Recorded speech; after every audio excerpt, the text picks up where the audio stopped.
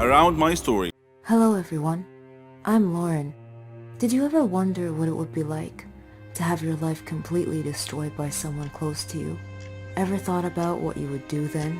I didn't have time to think, because that's exactly what happened to me. It all started 2 years ago. I lived a quiet life with my mom and dad and my sister. I loved my family. We were always together. We were happy until that fateful day.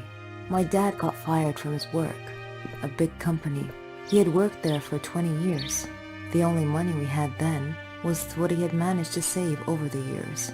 Finding a new job wasn't easy. It was a hard time for all of us, especially my dad. He was becoming desperate. At times, he just sat there, quietly, deep in thought, and I rarely saw him smile since. One late night, we were still up waiting for him when he walked through the door. But something was different. He wasn't walking straight.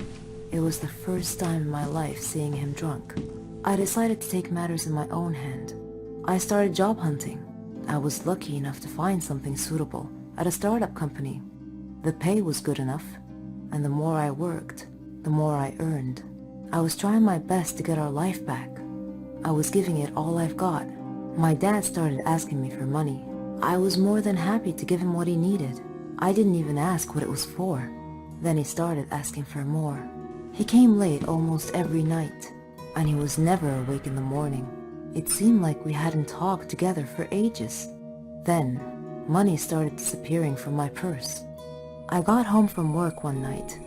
It had been a long day, and I was really tired.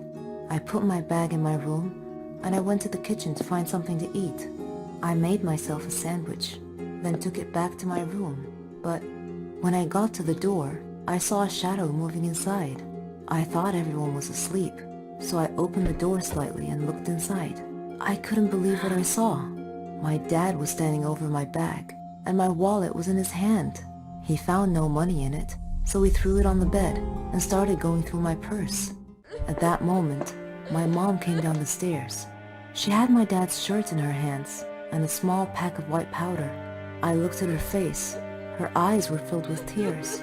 I tried to speak, but found nothing to say. My dad came out of my room. He saw us standing there. He tore the shirt and the pack from my mom's hands. He was hysterical. He started breaking things around him.